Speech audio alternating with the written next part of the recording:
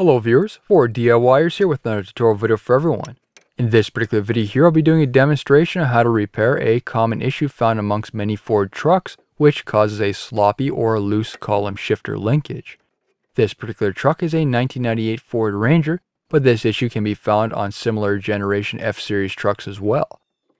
As you can see, there's excessive play in the column shifter linkage, either making it hard to select a gear, not allowing the gears to engage properly, having issues engaging park, and also not activating the safety switch when in park.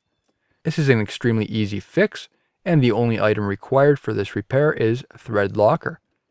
Now you can disassemble some of the underside of the dash below the steering column, but with a little patience you can reach up and access the fasteners.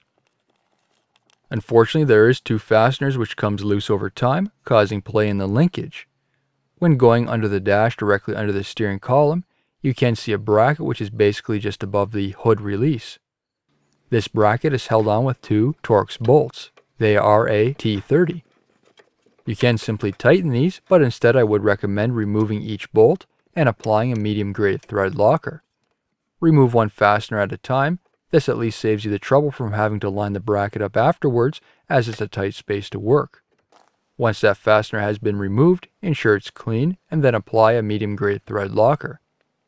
Reinstall the fastener and move on to the next one. Apply a thread locker to it as well, and then ensure both fasteners are tight. After testing out the shifter, the play is greatly reduced and there is no longer gear selecting issues or activating the parking safety switch. New videos are released every week on my channel. Be sure to hit that thumbs up button. It's a huge help to me, and leave a comment below if you found this tutorial helpful. If you're not a subscriber, be sure to also hit that subscribe button, and thank you for watching.